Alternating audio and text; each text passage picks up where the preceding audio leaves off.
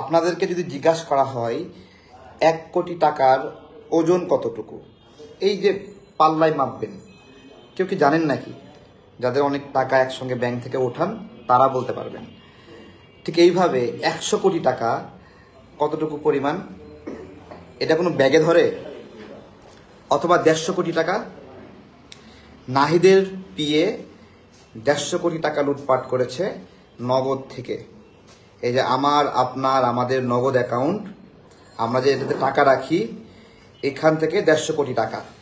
নাহিদ বলতেছে সে যখন ছিল তখন না, এখন। একটা ঘটনা বলি, আমাদের একজন সহযোদ্ধার নামে বেশ কিছু মামলা আছে।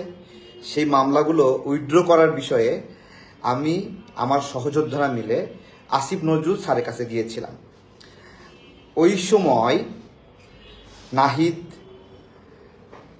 তারপরে মাহফুজ আলম এবং আসিফ নজরুল স্যার একসাথে কথা বলছিলেন। তখন কিন্তু নাহিদ উপদেষ্টা পদে নাই, কিন্তু সরকারের ব্যবস্থাপনা নিয়ে নাহিদ আলোচনা করছেন। তখন বুঝলাম যে নাহিদ উপদেষ্টা পদ থেকে সরে গেলেও সে সরকার থেকে আসলে সরে নাই। এটা একটা লোক দেখানো ভাওতাবাজি, বেসিক্যালি সেই নিয়ন্ত্রণ করছে। গত কয়েকদিন আগে এনসিপির সদস্য সচিব আক্তারের দুর্নীতি নিয়ে কথা বলেছিলাম। আক্তারের দুর্নীতিটা কি ছিল?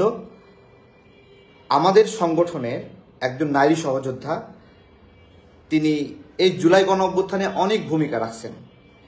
তার সন্তান এখানে চাপাতির কোপে মাথা ফাঁক হয়ে গিয়েছিল এবং তাকেও যুবলীগ আওয়ামী লীগ অনেক হামলা করছে, হ্যারাসমেন্টের শিকার হয়েছেন।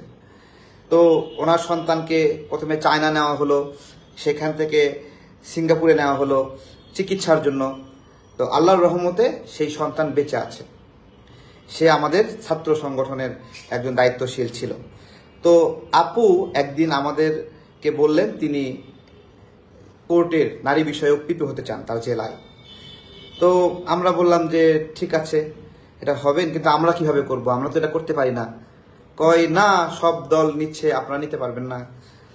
সব দল থেকে হচ্ছে, বিএনপি থেকে, জামাত থেকে, এনসিপি থেকে, সব দল থেকে হচ্ছে, আপনারা হতে পারবেন না। তো আমরা বললাম আমাদের তো এই ক্ষমতা নাই। তো আপু অনেকটা কান্নাকাটি করলেন যে এই দল করে কি হবে, এরকম এরকম বিভিন্ন বিষয়। তো তখন ফারুক হাসান ছিল আমাদের সাথে, সে আমাকে বলল তারেক ভাই চলেন যাই। তো ফরিদা ম্যাডামকে বললাম যে আপা একজন নারী সহযোদ্ধা আছে এরকম ভিকটিম জুলাই গণঅভ্যুত্থানে, তাকে এরকম ভাবে আপনারা কি একটু পুরস্কৃত করতে পারবেন? অনেক ভিকটিম মানে সন্তান তো মারা যেত, তার হাজবেন্ড মারা গেছে কিছুদিন আগে। তো সেই অনুযায়ী বললো না, আমরা তো এই বিষয়ে কোনো সুপারিশ করতে পারবো না, বলবো আমি কোনো সুপারিশ করি না। তো ফরিদা ম্যাডাম বলল গণ অভ্যুত্থানের লড়াকু সহযোদ্ধার জন্য কোনো সুপারিশ করলেন না, ঠিক আছে।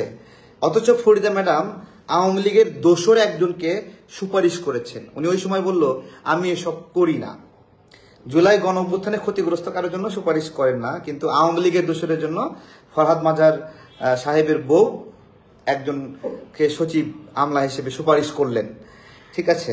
তো আমরা তো যেতে গেছি ওটা তো বিনা পয়সায়, হ্যাঁ, একজন ভিকটিমের বিষয়ে কথা বলতে গেছি। আসিফ নজরুল স্যারের অনেক বুঝায় বললাম যে এরকম একটা ভিকটিম আছে, তাকে রেওয়ার্ড দেওয়া যায় কিনা।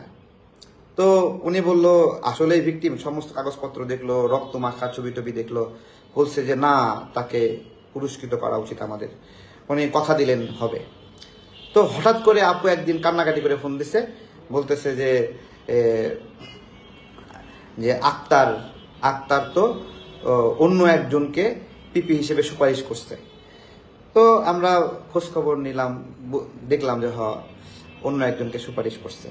এরপরে আক্তারের সঙ্গে আপা একটা চুক্তি করছে যে তাকে পিপি হিসেবে নিয়োগ দেবে, আক্তারের এই ক্ষমতা আছে। তো সেই কথা অনুযায়ী এখন আক্তার কি করছে শোনেন। আপার সঙ্গে আরেকটা মহিলা ছিল, সেই মহিলা ওই সহকারী পিপি হতে চায়। আক্তার কাছে ওই মহিলা আক্তারের সাথে যোগাযোগ করছে, ওই যে আপার সঙ্গে আসছিল একদিন, আক্তারের নাম্বার নিয়ে। ওই এখন আক্তার ওই মহিলার কাছ থেকে 50 লাখ টাকার একটা ডিল করছে, তাকে পিপি করবে। অথচ আপার সাথে কমিটমেন্ট দিছে সে আপাকে পিপি করবে। ঠিক আছে, দেখেন এটা একটা সামগ্রিক, এরা যে কিভাবে টাকা পয়সা লেনদেন করে তার একটা দৃষ্টান্ত আজকে আপনারা দেখবেন। তো আক্তার কমিটমেন্ট